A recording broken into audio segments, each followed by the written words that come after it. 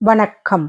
பசியின் வாசிப்புகளில் கம்பராமாயணம் யுத்தகாண்டம் பகுதியில் ராவணன் வானரத்தானை காண்படலம்.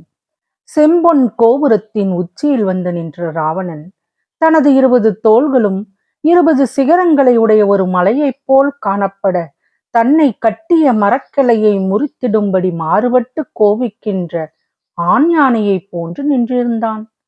பெரும் போர் தோன்றிவிட்டது என்றவுடனே சீதையின் அழகால் அவளை காமுற்று மெலிந்த ராவணனது தோள்கள் வடமேருவை காட்டிலும் வலிமை பெற்று வளர்ந்திருந்தன. போரில் அவன் சிந்தனை முழுவதும் பதிந்து போயிருந்தது. மேலும் அப்பொழுது அவன் நின்றிருந்த கோபுரம் மேருமலையைப் போல் விளங்கிற்று. அக்கோபுரத்தின் மீதிருந்த கலசங்கள் அம்மலையின் சிகரங்களைப் போல தோன்றிற்று. கோபுரத்தின் மீது நின்ற ராவணன் அம்மலையின் கொடுமுடியை கவிந்த வாசிகையைப் போல் காணப்பட்டான். ராவணனுடைய விழிகள் வானரர்கள் தங்கியுள்ள திசையை நோக்கின. அப்போது சுவேலமலையின் மீது நின்று இலங்கையின் அழகை பார்த்து கொண்டு நின்ற ராமபிரானை அவன் கண்டான். ராமரை கண்ட மாத்திரத்தில் கோபத்தால் உதட்டை கடித்தான். அவனது கண்களில் இருந்து கொழுந்துவிட்டு ஒளிர்கின்ற அக்கினி தோன்றி சிறு சிறு பொறியாக வெளிப்பட்டது. அவனுடைய பற்கள் நரநரத்தன. அப்போது அதனால் எழுந்த பேரொளி வலிய திசையெங்கும் முட்டி மோதி எதிரொலித்தது. அவனது நெஞ்சமும் பற்றி எரிந்தது. தீய சகுனமாக அவனது இடது கண்கள் திரண்டு இடது தோள்களும் துடித்தன. அவ்வாறு தீய குணங்கள் ஏற்பட ராவணன் அமாவாசையின் போது சந்திரனை விழுங்க அவன் அருகில் செல்லும் ராகுவை போல் ராமரை கண்டதால் மிகவும் நெஞ்சம் வெம்பி சீறினான்.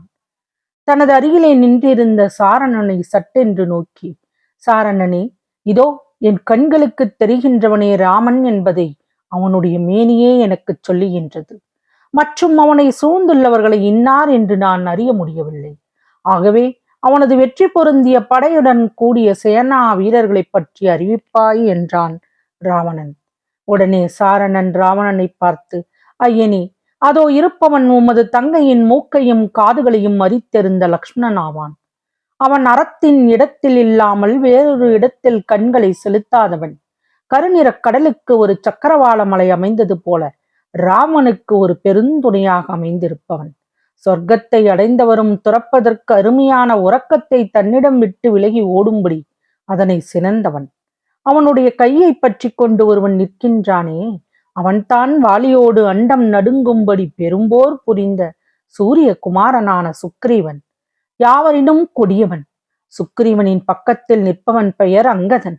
அவனுடைய தந்தையே முன்பு பார்க்கடலை கடைந்து அமுதம் பெற்று தேவர்களுக்கு அளித்தவனான வாலியாவான். அதோ நடந்து கொண்டிருப்பவன் சூரியனிடம் சகல வேத சாஸ்திரங்களையும் கற்பதற்காக தினம் தினம் அவனது தேர் முன்னே நடந்து சென்று அவற்றை குற்றமற கற்று தெளிந்தவன். திருமாலை ஒத்தவன். கடலை வான்வழி கடந்து முன்புக்கு இலங்கை வந்து சென்றவனான அனுமன். அவன் செயலைத்தான் நீர் கண்டிருக்கின்றீரே. அனுமனின் அருகில் நிற்பவனே அக்னி தேவனின் புதல்வனான நீலன் என்பவன். அவன் சூலம் கயிறு ஆகியவைகளை பெற்றில்லாததை தெளிவாக கண்டிருந்தும் நஞ்சு போன்ற நிறம் இல்லாததை கண்டும் பகைவர் அவனுடைய செயலால் அவனை காலன் என்றே சொல்லுவார்கள். யாவரினும் வேறுபாடு தோன்ற இருப்பவன் நலன் என்பவன். அவன் மலையைப் போன்றவன். பரந்த கடலில் ராமனது ஆணையால் சேதுவை கட்டி பகைவர் இப்போது இங்கே வருவதற்கு வழி செய்தவன். அதோ நிற்பவன் முக்காலத்து செய்திகளையும் தனது நிறைந்த அறிவினால் முனையாக உணரவல்லவன். தேவர்கள் பார்க்கடலை கடைந்த காலத்தில் இருந்தவன். கரடகிற்கு அரசனான அவனை ஜாம்பவான் என்பார்கள். இத்தனை காலம் இருந்தும் மிக்க முதுமை பெற்றும் அவனுடைய ஆற்றல் குறையவில்லை. இப்போதும் அவன் 7 உலகங்களையும் பெயர்த்தெடுக்க வல்ல ஆற்றல் படைத்தவன். சேனாபதியான நீலனுக்கு வெகு அருகே நிற்கும் 2 பேர்கள் சேனையில் இருக்கும் மற்றவர்களுக்குள்ளே ராமலக்ஷ்மணர் போன்ற வலிமை படைத்தவர்கள். அவர்களே தேவ மருத்துவரான அஸ்வினி குமாரரின் குமாரர்கள். வலிமையில் மிக மேம்பட்டவர்கள். அதோ தூரத்தில் தெரிகின்றானே, அவன்தான் குமுதன் என்பவன். அதோ நிற்பவன் குமுதாட்சனாவான். அவனுக்கு பக்கத்தில் நிற்பவன் கவயனாவான். அதோ துள்ளி குதிப்பவன் கவயாச்சன். அதோ அனுமனின் அருகே நிற்பவன் கேசரி என்பவன். அந்த வானரனுடைய மனைவியான அஞ்சனா தேவியினிடம் தோன்றியவனே அனுமன். நரசிங்கம் போல தனது கையில் தோன்றிய நகங்களும் பல்லும் ஒளி வீச கோபித்து நிற்கின்றானே ஒருவன், அவன்தான் முறவன் என்பவன். அவன் அருகில் இருப்பவன் மலைகளையெல்லாம் நொடிக்குள் வேரோடு பறித்து எடுக்கக்கூடியவன். அவனை சரவன் என்பார்கள். அவனுக்கு முன் நிற்பவன் சதவழி என்னும் பெயர் படைத்த பெரியோன். சிவன் போல் 3 கண்களை படைத்து நிற்பவன் பனசன். இப்போருக்கெல்லாம் தானே முக்கியமானவன் என்று மேற்கொண்டு ஊக்கத்துடன் நிற்பவன் இடபவன். அவனுக்கு எதிரே காணப்படுபவன் சுசேனன். அவன் பேரறிவு பெற்றவன். சுக்கிரீவனுக்கு இடப்பக்கத்தில் காலை போல் நிற்பவன் ததிமுகன். அவன் மூங்கிலை கொண்ட மலைகளையெல்லாம் வேரோடு பிடுங்கி பூமியின் நடுவிடம் பரமற்றதென செய்தவன். அக்கினி தேவனையும் கோபிப்பவன். அதோ புலப்படுகின்ற சிங்கம் போன்றவன் சங்கன் என்று சொல்லப்படுகின்றவன். அண்ணலே, அதோ காணப்படுகின்ற வானரர்களுக்கு ஓர் அளவே இல்லை.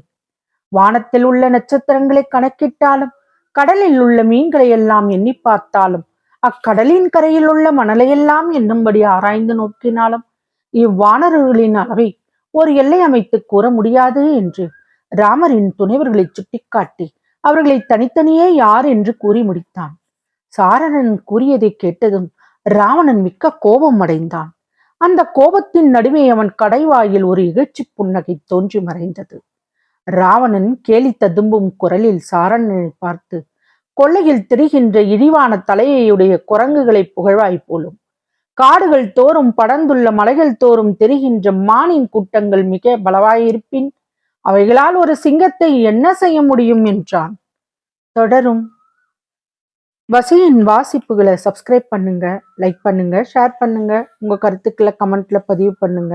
நன்றி.